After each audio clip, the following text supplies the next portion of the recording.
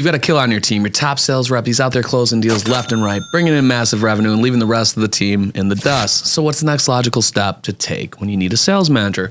You promote your number one closer, right? Wrong. It's one of the most fatal flaws you can make from a sales perspective in your business. And today we're breaking down the top mistake business owners make, turning that superstar salesperson into a business manager and exactly why that usually goes wrong. Here's the hard truth. The trait that makes someone an absolute killer in sales are usually the exact opposite of the traits required to be an effective manager. Generally speaking, your real superstar salespeople are not going to be super detail-oriented. Good managers, on the other hand, succeed because they're highly organized. They pay attention to the details, they live in the details, and they can take a deep breath to analyze big picture, not just squirrel. Squirrel! Right?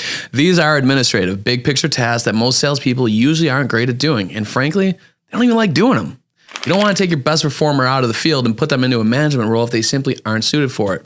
A manager is a totally different breed than a sales guy, and forcing a salesperson into that box usually means they cannot do the role effectively. Let's talk about the money, because we all know that's what drives a top-tier sales rep, that competitive edge.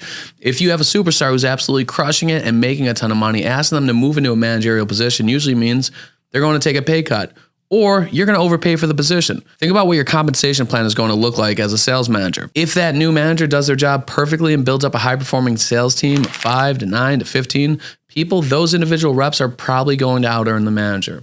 It is incredibly hard for a competitive, high-earning closer to sit back and watch their team make more money than they do.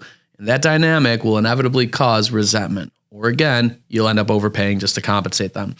Imagine you're an alpha closer. You're used to controlling your own destiny. Now you get put into a situation where you're responsible for 7 people and you feel like 4 of them are absolutely incapable. It's incredibly frustrating. Now you can make the argument, well, they have the ability to recruit new people, to bring new people in. Sure.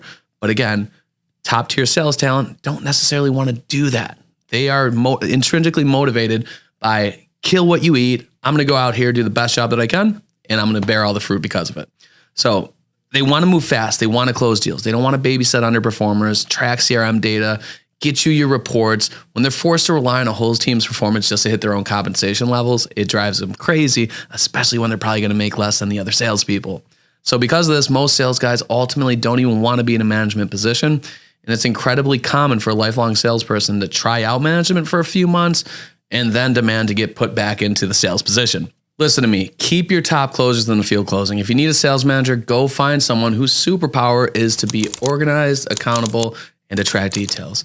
Let your thorough, process-driven people manage and let your sharks go out and hunt. If you want to build an empire that actually works, stop forcing your team into the wrong seats on the bus, hit that subscribe button, turn on notification, and let's get to work.